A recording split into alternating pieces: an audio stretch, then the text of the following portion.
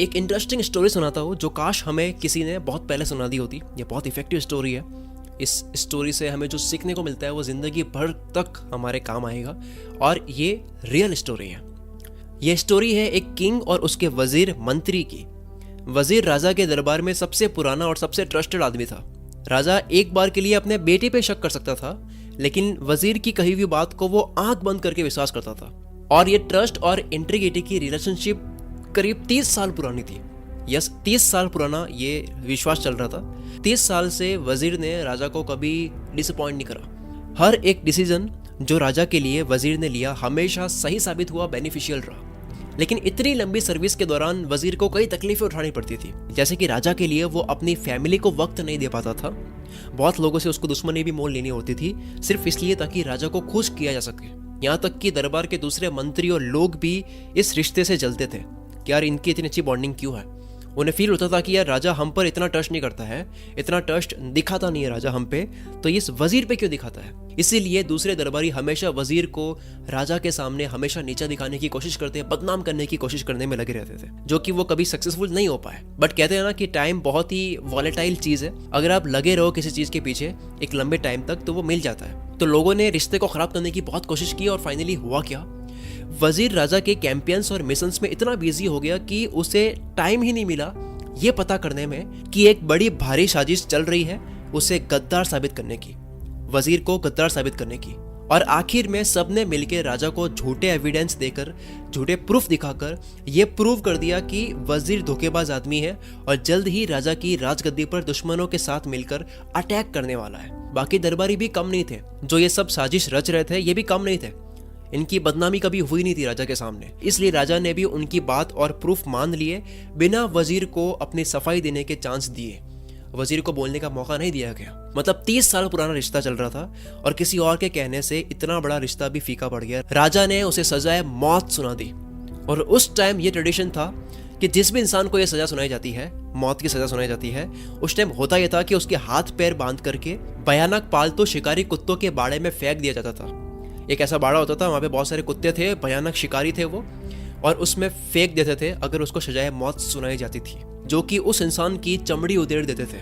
बहुत ही भयानक सजा दी है। और ना केवल चमड़ी बल्कि हड्डियां तक नहीं छोड़ते थे। बट वजीर ने इस सजा को सुनते ही राजा से सिर्फ एक रिक्वेस्ट की कि मेरी सजा सिर्फ 10 दिन के लिए पोस्टपोन कर दो, ताकि मैं जिन लोगों के पैसे मांगता हूँ वो उनसे लेकर मैं अपने कर्जे उतार सकूं, अपनी जो भी जमीन जायदाद है वो अपने बच्चों को इक्वली बांट दूं, ताकि मेरे मरने के बाद में वो लड़े ना, आराम से रह सके। तो राजा ने रिक्वेस्ट को आखिरी इच्छा मानकर एक्सेप्ट कर लिया। ठीक है, 10 दिन पोस्टपोन कर लेते हैं। तो जैसे ही उसको चांस मिल गया, उसके बाद में वजीर घर गया तुरंत भाग करके और 100 गोल्ड कॉइन्स घर से लेकर उस शिकारी के पास पहुंचा जो उन शिकारी कुत्तों को संभालने का काम करता था, देखभाल करने का काम करता था। वही कुत्ते जो 10 दिन बाद में इसी वजीर को खाने वाले हैं। उस इंसान के पास जाने के बाद में, शिकारी के पास जाने के बाद में, वजीर ने 100 गोल्ड कॉइन्स शिकारी को देकर बस उसे ये कहा कि ये 10 दिनों के लिए जो कुत्ते हैं इनकी देखभाल करने के लिए मुझे छोड़ दो, मुझे देखभाल करने दो इनकी, मुझे इनके साथ में टाइम स्पेंड करने दो, इसकी परमिशन मुझे दे दो, मैं आपको बदले में 100 कॉइन्स दे रहा हूँ गोल्ड के।